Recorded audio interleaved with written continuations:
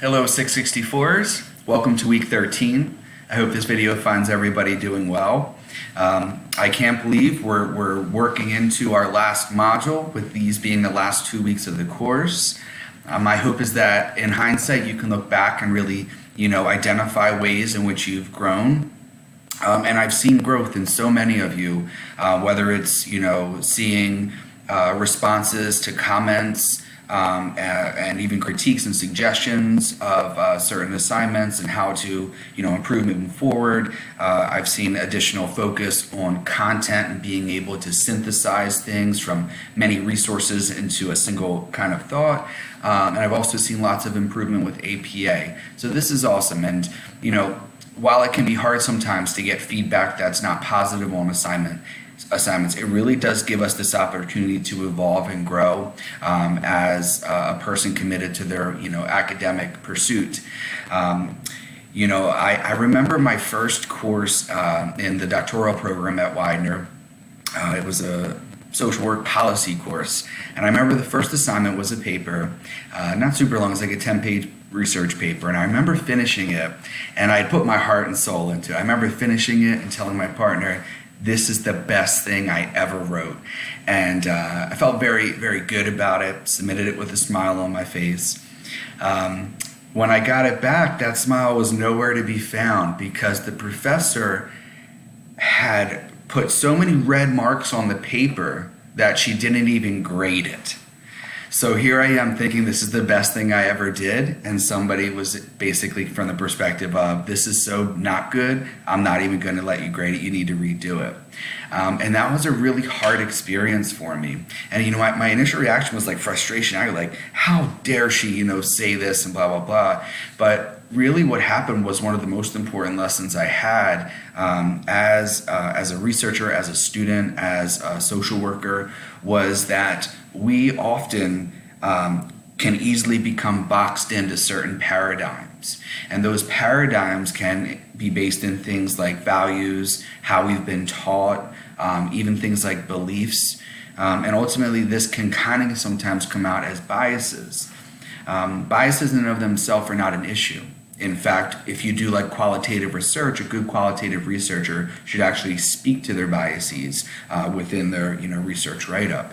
However, it's when our biases prevent us from seeing maybe a full picture that biases can be problematic. So the goal was to look at things from novel perspectives, and that was one of the main features of the feedback. And why I wasn't graded is because apparently I had tunnel vision, and I was basically just talking about and finding research to support what I wanted to say. Now, in and of itself, it's not a bad thing, but the idea was that this assignment needed to be a little bit more consummate in the sense of, there were opposing arguments that were valid that I didn't include. There was research that opposed research that I had found, and so being able to speak to that. And so that was one of the hardest, but also one of the most impactful and important experiences I had because it allowed me to grow and to evolve. So my encouragement is, as you get feedback through this course, through this program, that even if you do have that initial reaction like me of like, oh, I can't believe this, really take the feedback as an opportunity to figure out if it's something that can actually help you grow and improve not only your experience, but improve your understanding and ultimately your needs, right? So, the idea is that I've seen this great progress with you, and I hope that it continues even after this course. So thinking about, is it beneficial for you to set up, phone calls with a professor? Or do you email regularly? Or what are your needs and how you can get them to kind of go with you from course to course would be very important. And in relation to that, I wanted to just emphasize the importance of trying to network. Having this program online, it is my understanding that a lot of you have become, good peers, and you'll talk with each other and discuss things, and obviously group assignments allow for these partnerships and collaborations. And also, thinking about how you may do that with professors, developing professional relationships, because this program will end at some point, right? But you may really benefit from having connections from an old classmate, or if hey, I remember, Professor Ella was really into, psychedelic assisted therapy, and I'm going to write a paper about this. Maybe I can email him or ask, this or that. Or, if someone's looking for a job and that they've always worked in a certain field or a specialty area, you can always reach out. just some considerations thinking about this evolution and progression as we're kind of getting to the close of this course. All right, so what I'd like to do for today's video is just mention quick grading, housekeeping type thing, and then just emphasize a couple of key points from the van der Kolk epilogue, in addition to a important summary of an approach to trauma therapy that comes from Rothschild. So just as far as grading, for the most part, everything is caught up. There is an assignment from last week that will be graded within the next couple of days, so that's on the right time frame. But there is a few more assignments before the end of the semester. Please make sure you're doing your best to review instructions so that you don't lose any points because of that, as well as submitting on time so that you don't miss any points because of that. Almost everybody in this course has either an A or B. You all are doing fantastic, but this is definitely crunch time. So really putting all your efforts into these last few assignments so that, like, let's say you're at like a really, really high B plus and you're trying to get to an A minus. This is that time where you're able to kind of make that happen because some of the end assignments do have a higher percentage connection to your grade. So if you have any questions about grading, please let me know. And if there's anything that, as far as feedback that I gave or assignments that needed to be completed as of yet, if you are still wanting to complete anything, just know you have 2 weeks left to make that happen. All right, so as always, reach out if you have any questions, but it looks like we have just a few more assignments left. So, kind of thinking about, the epilogue from van der Kolk, a big emphasis is thinking about, the implications of the ACE study. Now, the ACE study is something that a lot of people speak to and know of, but maybe not everybody takes that neuroscience and springboards that into application. And so my encouragement is that you all recognize that, adverse experiences early on, and I would even say that this is included as we age too, potentially, right? It is correlated with an increased risk of a lot of things, not just post-traumatic symptomatology, but even things like stroke, hypertension, in serious cases, things like addiction or suicide. And so the more that we can screen, address, identify, and overcome, these sorts of adverse experiences, the better. So the epilogue speaks a lot to thinking about schools. I really like the phrase that van der Kolk chose to use in the epilogue. He says that schools should be islands of safety. And I just really like that because, ultimately young individuals do spend maybe more time around their teachers than they might with, some of their caregivers or family or whoever, during the week, right? Because, if a primary caregiver is working and, they're only seeing their child for like the 4 hours or so after they get home before they go to bed, that's half the amount of time that they may be spending with, their school setting and the people and friends there. So a huge emphasis on it being an island of safety. And this can come up in a lot of ways, I think concretely like about, healthy food options, an emphasis on wellness and not just recalling, facts for tests and things like that. But of course, providing spaces that naturally combat potential histories of adverse experiences, right? So anything that allows for an individual to, activate their neocortex, allow their body to feel calm and relaxed, not in a state of hyperarousal, not feeling fear even, because fear, it reduces creativity, it prevents people from kind of reaching this, higher thinking abilities.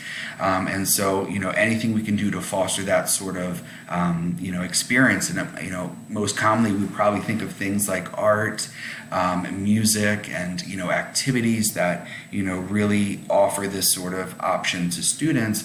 But as many of you are aware, these are often programs and things that get removed or require additional funds to participate. This is in some districts, of course.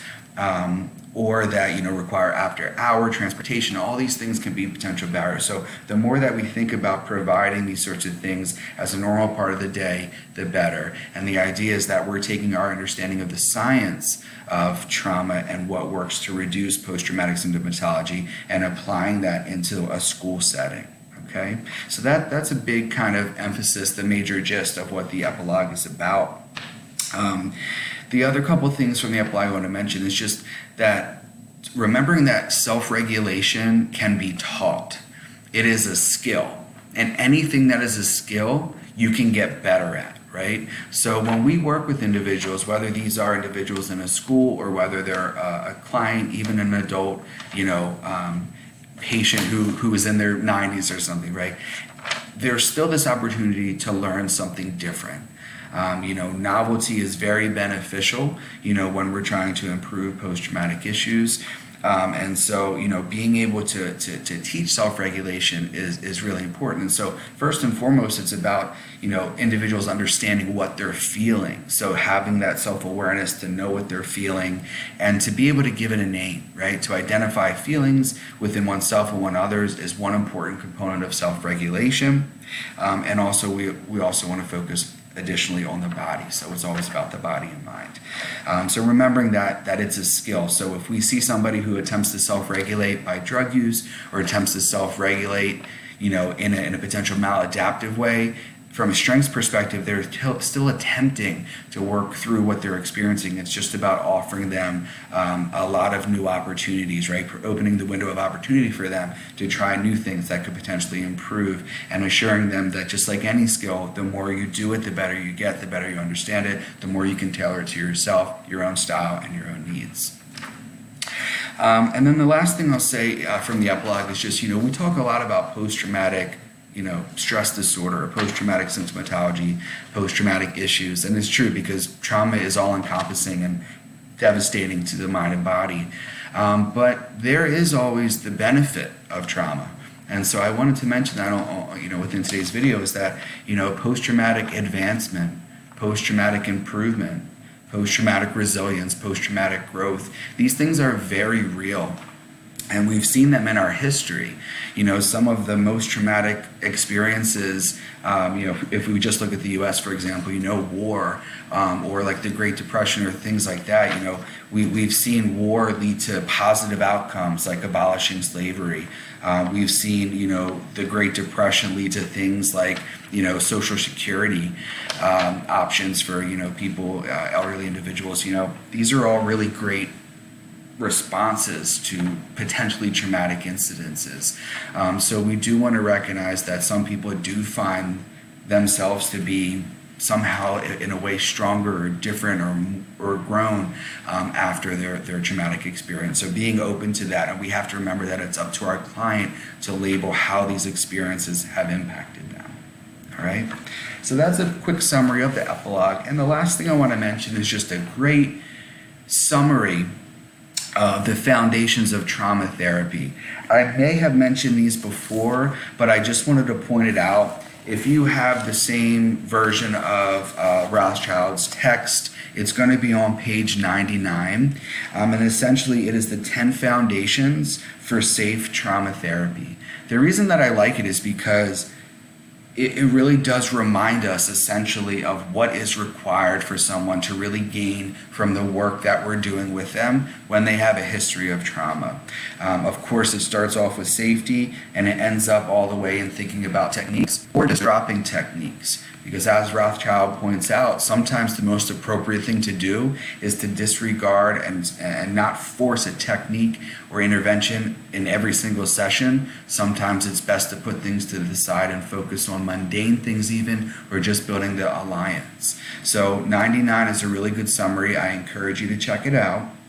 I'm not going to read them all because of time, but it's really about a sequential reminder of what to do. So I know this is something that I look at just to check in with myself, make sure that I am providing the right environment for people to grow. So if you've watched the video this far along, I would kindly ask that you like the video. The reason is this will let me know that you watched the video all along, and I will definitely take that into consideration as we work towards the end of the semester. Thank you for your time. As always, be well.